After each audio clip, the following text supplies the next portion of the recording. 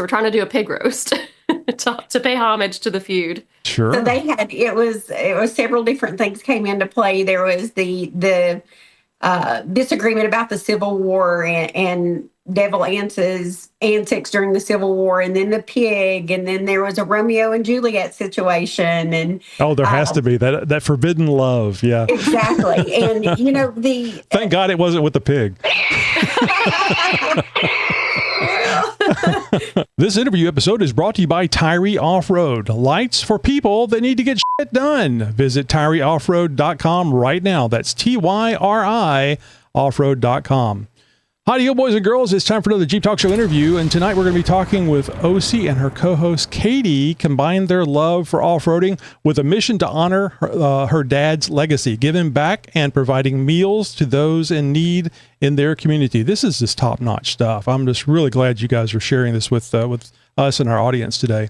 You can find out more about them and what they're doing at thefeudoffroad.com. Thefeudoffroad.com. I'd be hard pressed to be able to spell feud. I'm a horrible speller.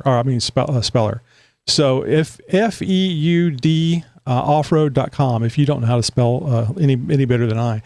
Casey, thank you very much for being with us here tonight. And Katie, we'll get to you here in just a second. Thanks for having us. Speaking of spelling of the feud, we actually ran into that last year. Our t-shirt dealer printed up all these shirts. And the week of the event, we finally caught the typo when we saw the shirt. And so we had to panic to get new shirts. How did they spell it? How did they spell it? Oh, they flipped the E and the U. So they just put them backwards, which is easy to do. I'm just glad that the dyslexics are finding jobs. All right, so tell us a little bit about. I read what you guys are doing here, but this I'm sure only just touches the surface. Give us me and our listeners an idea of what you guys are doing. Sure. Well, this started out last year, kind of as honestly, I didn't think that it would be, but maybe a few vehicles show up. My dad had a food ministry in my little hometown of Maplewood, West Virginia. He was a veteran and a retired coal miner. He was in a motorized chair for probably the last 10 or 15 years of his life, but it never slowed him down. And my mama would cook meals, and they kept little restaurant to-go cartons, and he would package the meals up, and he couldn't get in and out of his truck very well, but he would pull up, honk his horn, people would come out. He would come to Tennessee here to visit me and buy produce and vegetables, and he kept paper bags in his truck, and on the way home, my mama would bag things up, and they would drop them off along the way, and that was just kind of his way of giving back. Physically, he couldn't do things anymore, but that was his way of providing. When he passed away in 2020, it really resonated that there was a lot of people now who were feeling that impact of him not being there and probably going hungry. Once we were able to get back together, because it was in the height of COVID, I had a fishing tournament, which went pretty well, and we were able to provide some things there. But I got my Bronco and immediately thought, why not take my love of off-roading, the history of our town, which is where the Hatfield-McCoys are from, and turn it into something where I can give back. Last year, Katie and I had known each other on social media just through the Bronco community, and we met up at Off Rodeo in Knoxville a couple of months before the event, and she could just tell that I was in panic mode. I live in the area where Helene had hit, and I had been working for about a month delivering goods. Katie had provided a lot of things for me to deliver to the people locally. I literally turned my Bronco into a mobile store. So I would pull up, ask them what they had a need for, give them a bag, and let them shop through the Bronco for the people who couldn't get out.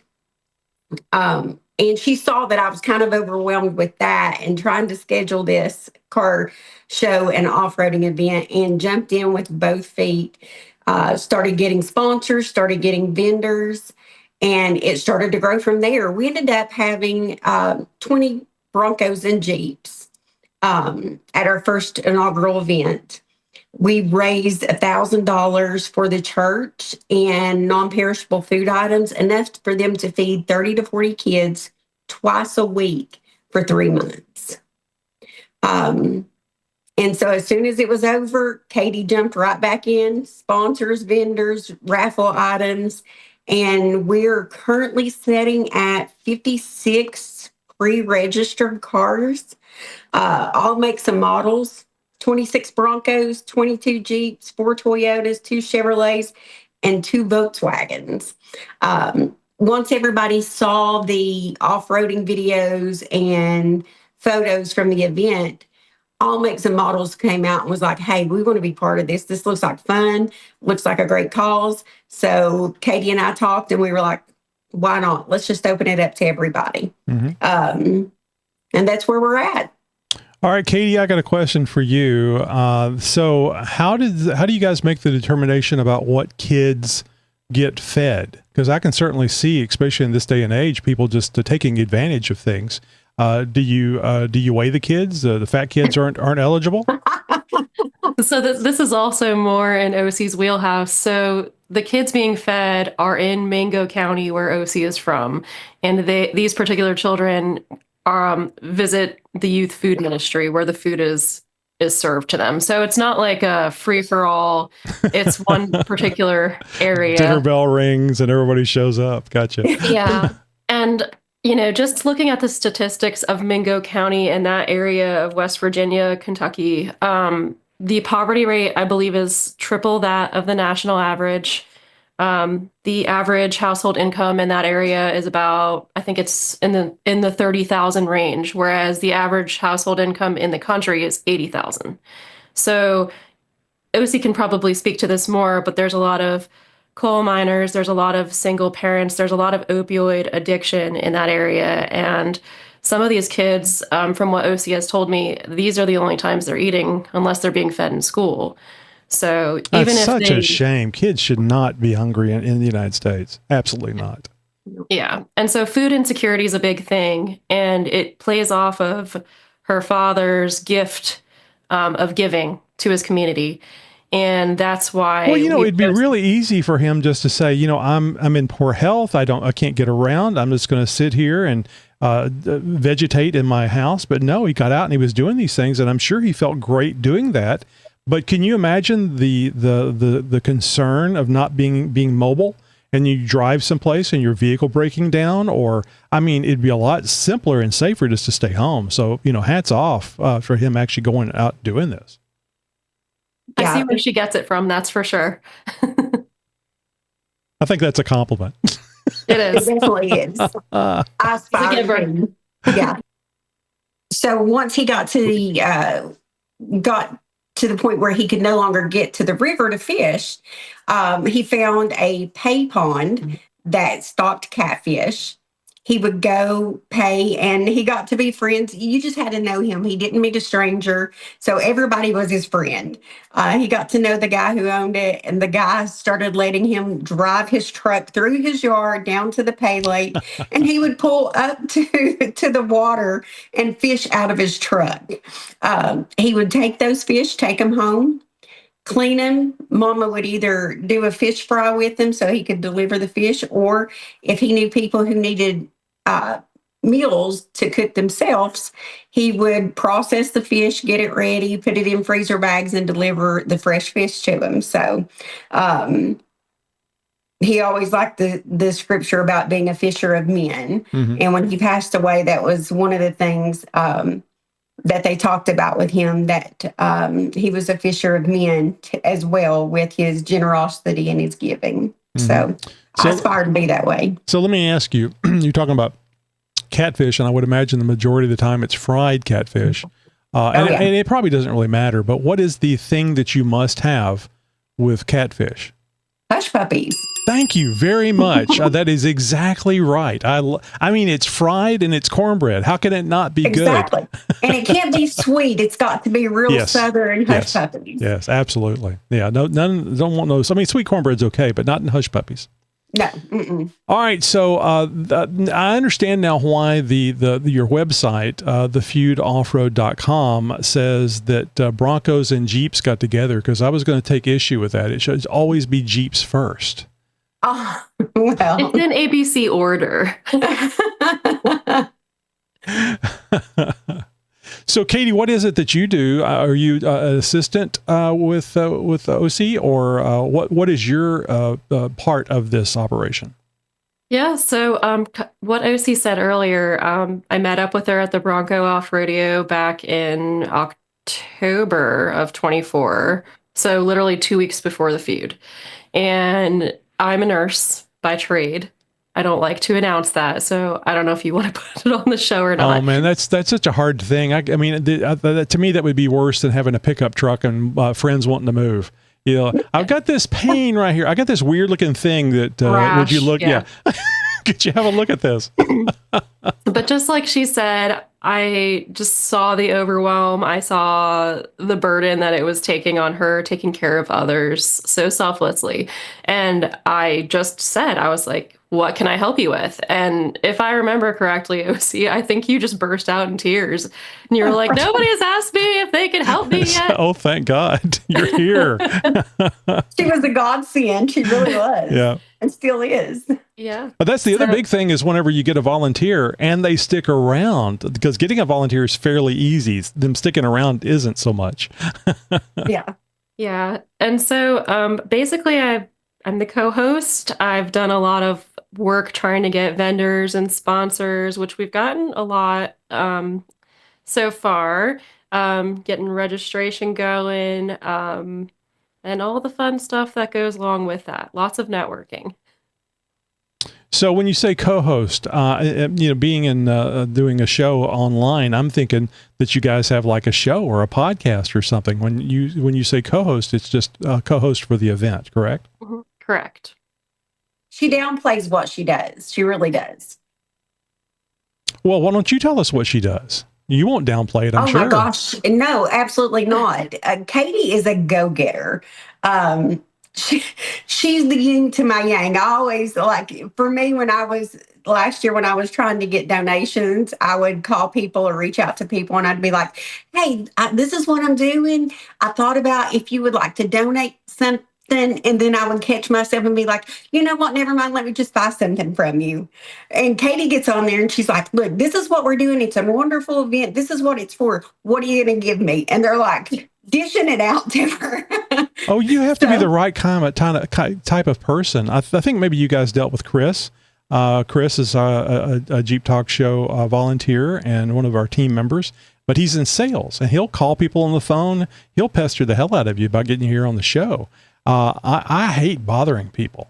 So it sounds like I'm a lot like you, OC, and I'm that way where I don't want to call. And if I call, I'm apologizing for bothering you. And, and it's you have to have somebody on your team like Katie to get the stuff, scheduled up and done. It's great.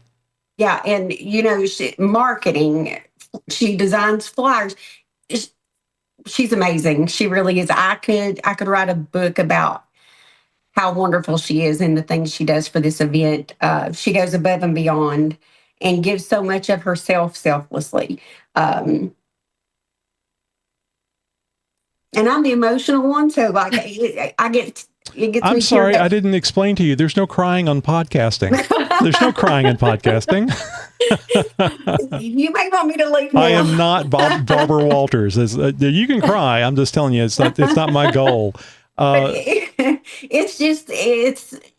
Katie has been such a blessing, not just to the event, but to me personally. So I just love her and I'm grateful for her. And she just needs all the praise and accolades for everything she does and all the sacrifices she makes for doing this and the time it takes. Well, it's wonderful, and it just underscores the importance of feeding kids. I mean, that's a good thing to be a part of. I mean, it's always nice during Christmas and stuff where kids get presents and bicycles and things, and that's wonderful. But just the basis of living, surviving, giving food, and especially all year long, that's so much better than the Christmas stuff. I mean, and fortunately, there's enough people out there that can do both. So let me ask you this. So this is a once-a-year event, correct? Yes. And when is it? October 17th through the 19th. And how does it manifest itself? What do you do there? Is it? I'm sure you have something going on besides people coming and dumping food. Oh, absolutely. We will have starting on Friday, we'll open the field. We'll do a show and shine. So as soon as the cars are coming in on Friday, they're being judged while they're clean.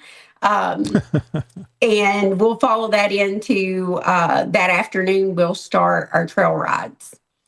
I don't know how familiar you are with that area, but there's tons of trails. There's a Hatfield-McCoy's that's strictly for the side by sides, and they have all these rules, helmets, all this safety stuff.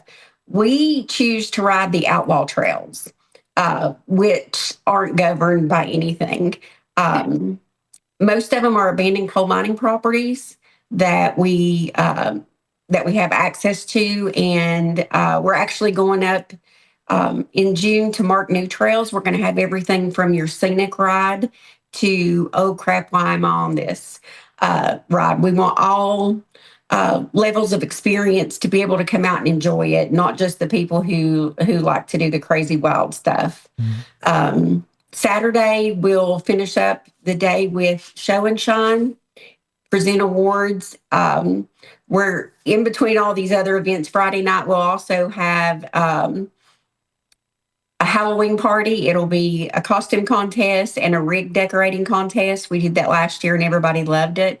The town is so small that you're there together all the time. So it's one street up, one street down, and everybody's there. There's a couple little restaurants in town.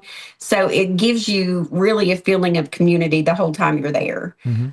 Saturday, after we do the awards, we're going to do more trail rides. Another thing that we're working on new this year is to have flex ramps. So we'll have a flexing contest. Right. We'll have the balance beam contest. And we're working to get a mud course put together so we can present awards for the mud course as well. I was going to ask you about that. The trails, are they dirt and mud or a combination of mud and rock? Dirt and rock, and depending on the weather, mud. So mud is not the main goal here, because so many people don't like the mud. I think people enjoy the mud; they just don't like the hours of cleanup later. That's it.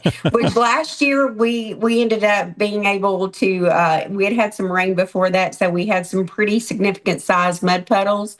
And I think everybody that was there last year, when we left, we came in all different colors of vehicles, and when we left, we were all the same color. Yeah.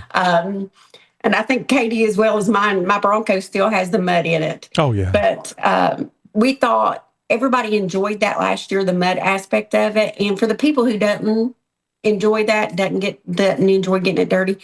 But we thought the mud course would be perfect, and it still lets you do the tread lightly, which is a part of an organization that sponsors us. It lets us tread lightly but still have fun in the mud. Mm-hmm. Okay, so that sounds good. Now, you both have Broncos, correct? Yes. Does anybody in the organization have a Jeep? Yes. Yeah, we have, isn't Gary? He's our Jeep Gary Atkins, liaison. yes. Mm-hmm. Timmy is our Toyota liaison. We try to have like a liaison for each make and model, or model of vehicle, or make. So yes. Also, one more thing we're having that we did last year, a pup parade. Oh, I forgot. Yeah. That was also a hit.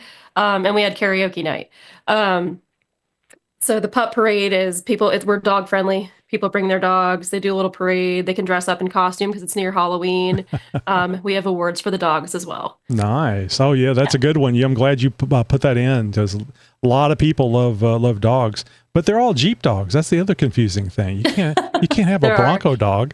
Yeah, and there are going to be vendors there, and a ton of raffle prizes. Like, the list is getting longer by the day. Can you tease a couple of them? Maybe the big ones. I can. Here, let me pull up my little list here. So Diode has donated some really nice LED lights.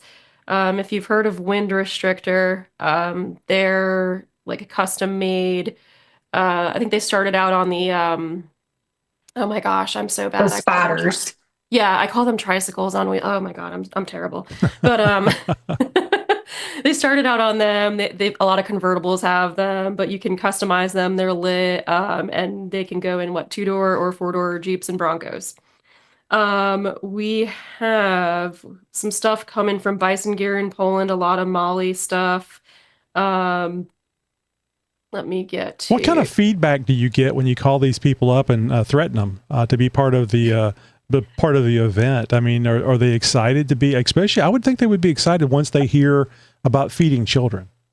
Yeah, and so we are a 501(c)(3) nonprofit as well. That is actually something that OC worked really hard to do. And that became official, what, the end of January, I believe. Hmm. Yes. Um, so a lot of times when they hear about the mission of the feud and the fact that we're a nonprofit, the proceeds from raffles, registrations, donations, they're going to feed these kids. A lot of people are on board with it. Um, I'm not as forceful as it may sound. I am from New Jersey, so sometimes I can be direct, but I like direct. Direct is good. You know exactly where you stand. yeah, yeah. And so, a lot of people have told us no, and that's okay. But a lot of people have told us yes. We've got stuff from Dobinson's. We've got stuff from Mountains to Metal. We've got stuff from, I mean, Rhino has donated to us. MRT, they do exhaust, performance exhaust. Um, Well, this is a great way for smaller companies to make a name as well, because that name is getting out in front of people. So it's a cheap advertising for companies. I would assume that you guys could accept more vendors, more suppliers for raffles and things. Would they just go through the website, the feudoffroad.com, and contact you guys?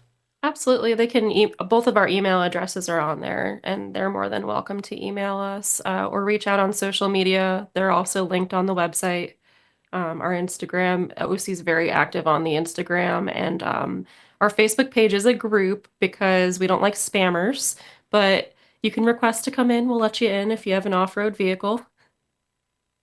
Yeah. So, Yeah. And sometimes they have an off-road vehicle, but you get multiple pictures and you see they're different colors and different places.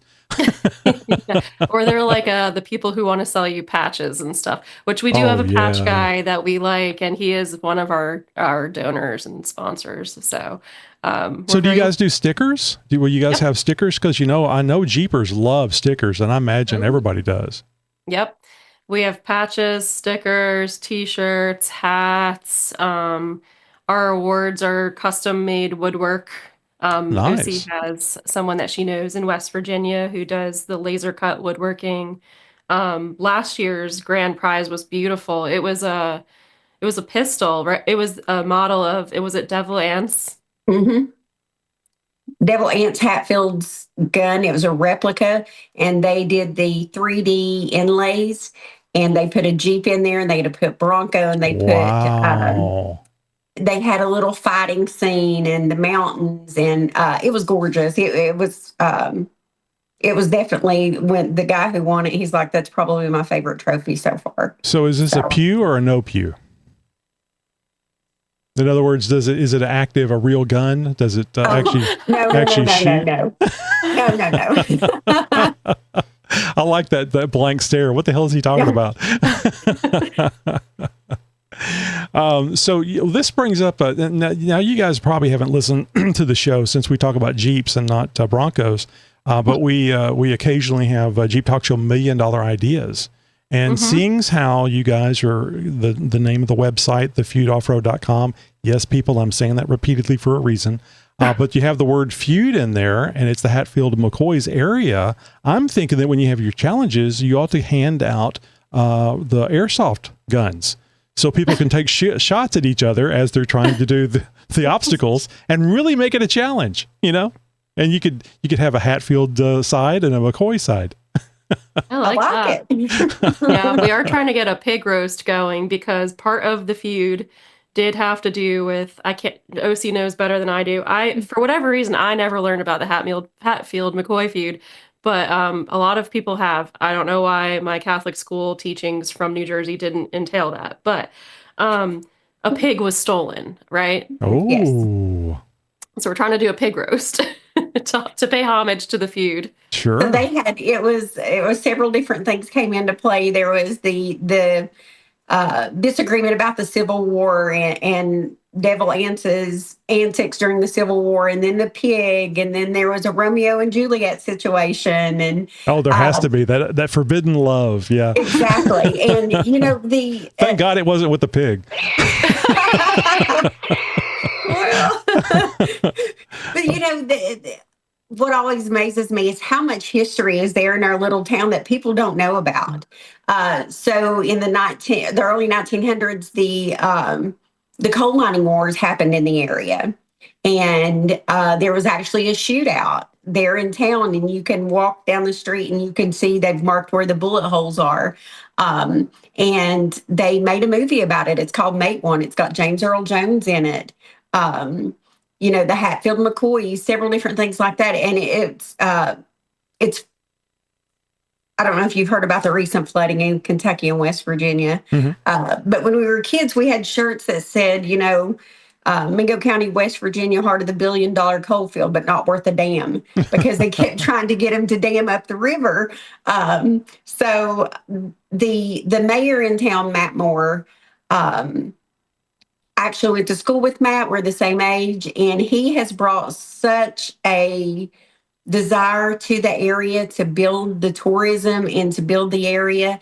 He goes above and beyond. He even told us, he said, you all get big enough, we'll just shut down the whole town and you can have the whole town for the event. Wow. And he works really hard to make sure that new and fresh things are coming into the area, because there is minimal commerce. If it's not a coal Sure. mine, you have to drive, 30, 45 minutes to work at Walmart or a store, some type of retail, or there's a Kellogg's factory 45 minutes away. So he's done a really good job of bringing new things into the Well, area. I'm sure you guys help out with that, making people aware of the area, bringing people in that are not from that area, or maybe not 30 or 40 minutes. That's kind of curious. Did you keep up with what the furthest person drove to come out to your event last time? We Yeah. did. We actually gave an award for it. Oh, nice. Yeah, and he came from Katie. Well, he I'm not came for from sure. Western Carolina, but because of Yeah, all the closures from Helene, he ended up driving the furthest, even though people had come from where you would have thought were further. Like we had people from Michigan, Maryland, but he was Western North Carolina, and I think it was like 11 hours or something. Wow, that's Yeah. nice. It's amazing whenever you put on something and somebody takes that kind of adventure, that kind of a trek to get to Yeah. you. So it's really, really nice. So let me ask you this, going back to the event, is there a fee to be in the event? And if so, how much? $35, because we realize that people are going to spend money to get there because it is a remote area. Um, so $35 is your entry fee. It's for the weekend. I mean, there's stuff to do and stuff that people could purchase from vendors or whatnot. And lodging, there's really not hotels that are close. The closest hotels are about 45 minutes. So it's pretty much Airbnb, Verbo. There's a lot of like bunkhouses for the people who ride side by side. So there's like ATV type bunkhouses and lodging, camping, overlanding for sure. hmm So there Um, would be areas for camping and setting up like pop-up tents and things on vehicles. mhm. Yep. You said where are they or No, I was just asking if oh, if that was available in that area. And I would assume that there's fuel so that, you can get fuel if you've been out there for the day or the weekend. You can fuel there up is before you that. go back home. The cell yeah. phone service is not ideal. So we are recommending to everyone who is attending to download offline maps of West Oh, Virginia good idea. before they get there. Just because, I mean, it's beautiful. The mountains are gorgeous. The weather is great. You're really off the grid though, and that's the point of the event, to just have fun with each other and get to know each other. And so there is service in town at the location of the event. The town has Wi-Fi. But other than that, there's really not a lot of cell reception unless you're up on top of the mountains on the trails. Yeah, this kind of happened to me at EJS when I was up on Metal Masher, and there really wasn't good cell coverage. And I was coming down off the mountain by myself in the dark. So I'll just plug Trails Offroad, trailsoffroad.com, because you can download Utah. Yeah.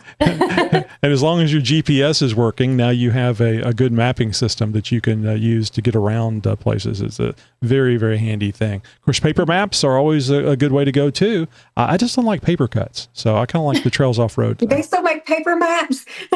I know. That's the way I look at it. Atlases.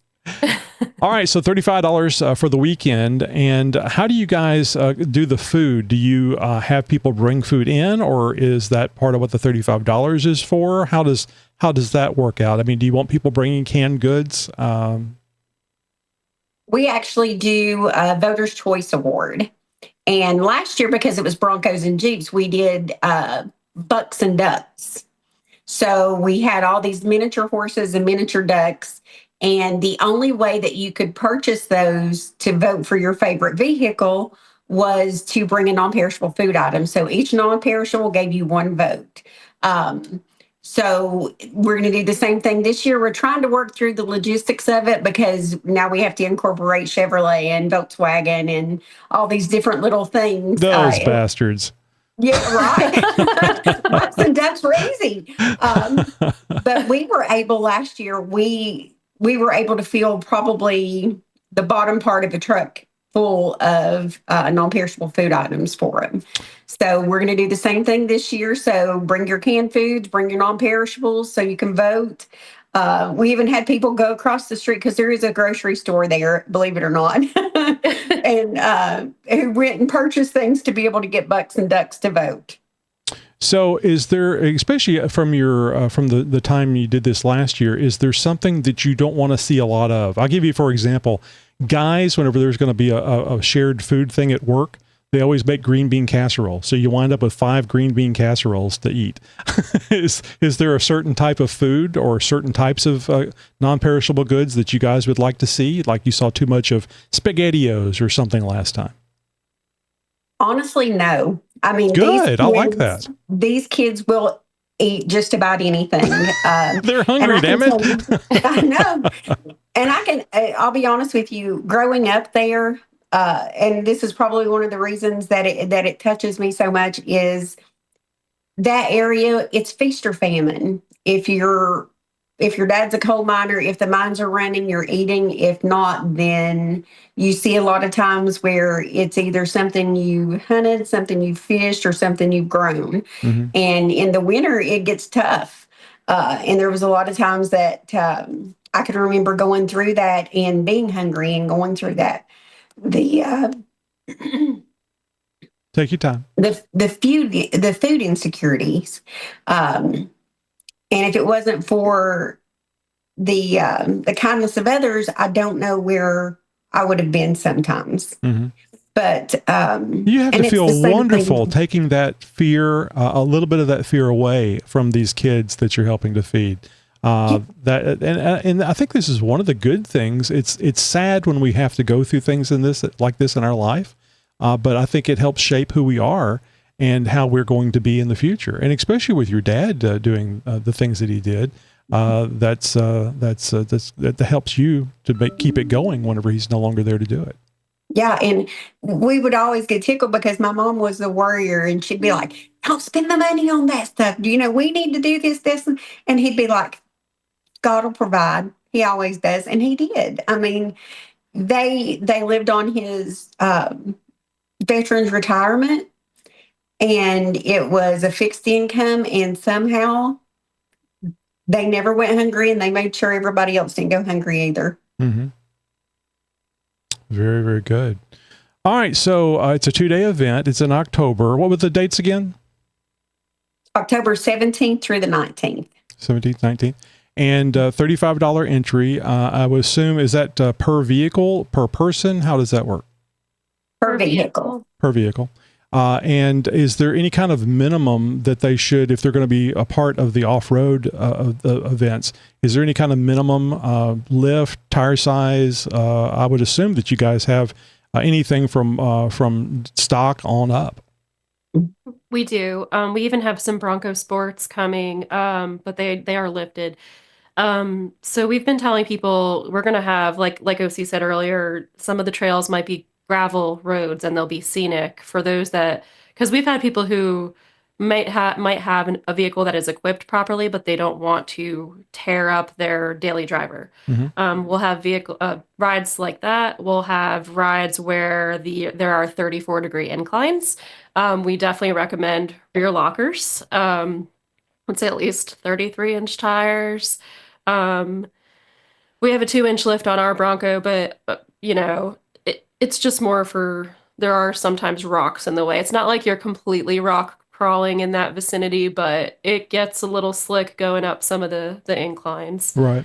Um, Especially if it's been wet and you get mud on the tires. yeah, yeah.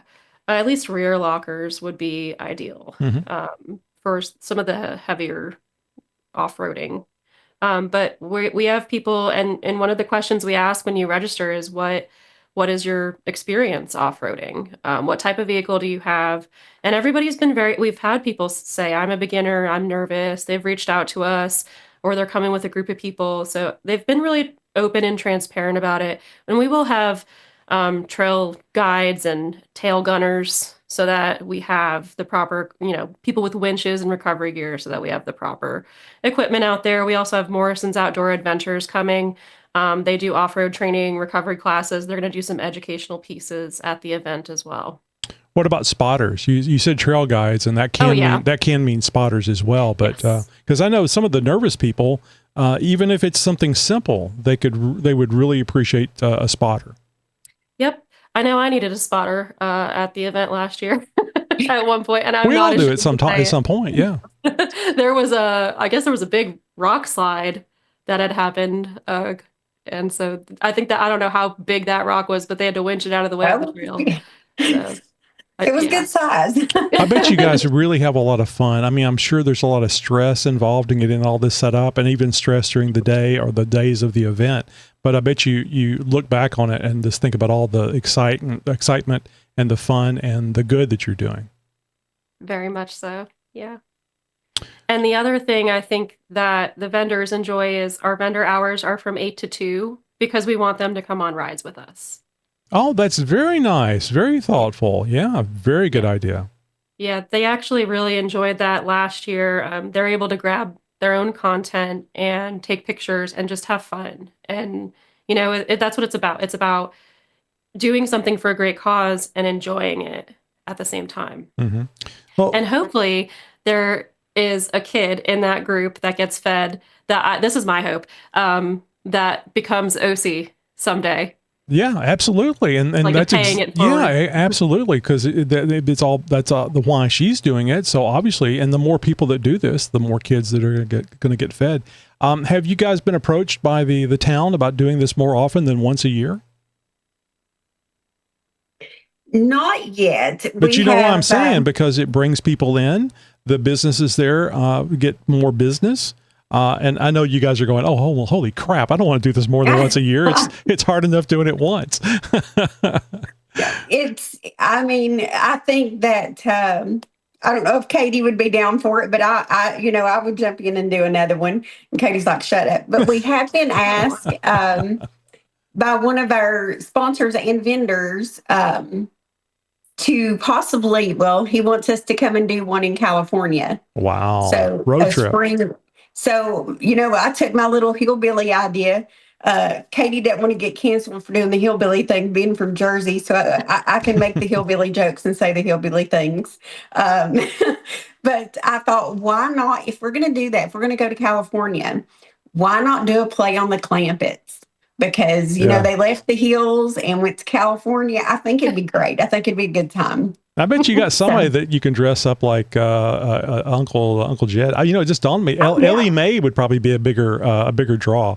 Oh, yeah. Definitely would. But, it's the, we play on, Katie and I both play a lot on that. And, we've got some of our logos are two hillbilly guys in bib overalls. And Katie finds the most interesting thing. So like last year we had Huck. which was part horse, part duck. And so like he came in this little cocoon and we had to birth him at the feud, and he was raffled off. And the guy who got him named him. All year long, he's taken him on adventures and posted pictures of him. Um, so this year, Katie found a special little guy, a lady who does taxidermy, Furby bourbon. taxidermy. So we have Cletus coming. He has his own little jar of moonshine and his little hillbilly teeth and his little bib overalls. We're adding to him with a banjo. So, we try to have a good time with all of it. And you have to. People, that's what sticks out in people's mind. Yeah, absolutely. All right. So let me see what else I was going to ask you about. So there's places for people to stay, in as much as camping and within 45 minutes of a hotel if you want to do a little drive. And there's fuel in the town that you can get to. There's a couple of restaurants at the town to eat. It sounds like it might be a good idea to bring some food. Oh, I remember I was going to ask you. So, assuming you had vendors last year, or you've already thought this through, the vendors, if they're selling things, is it going to be cash only? Because if they don't have a way of getting on the internet to take payments, I don't know how they would do that. I guess you could do the old style carbon thing that you used to go back and forth with the credit card, all the paper thing. But do you need to, in other words, if you're going to buy something for the vendors, or you may buy something for the vendors, should you bring cash with you? For the food trucks. There is Wi-Fi in the area where the event is, like where the vendors are going to be in the field. So because they have Wi-Fi, I was able to use a Square to do good. Yeah. Yeah. I know that's for me, that's always a question because I don't carry cash. And if I'm going to carry cash, I kind of need to know about it ahead of time. So, and I think a lot of the vendors now, or some of the big vendors anyway, are bringing Starlink with them. So they do have high-speed internet access. All they have to do is have some power. Well, really, really cool. Was there anything else that you guys wanted to mention about the event that maybe we haven't covered? You don't have. I can have done a great job and asked you all the questions. I think we talked about what we'll be doing. And if anybody wants to know more about the vendors and the donors, it is on the website under 2025. I think it's donors and sponsors. Can you pay ahead of time, or do you have to pay as you come in? Both. You can do either or. Okay.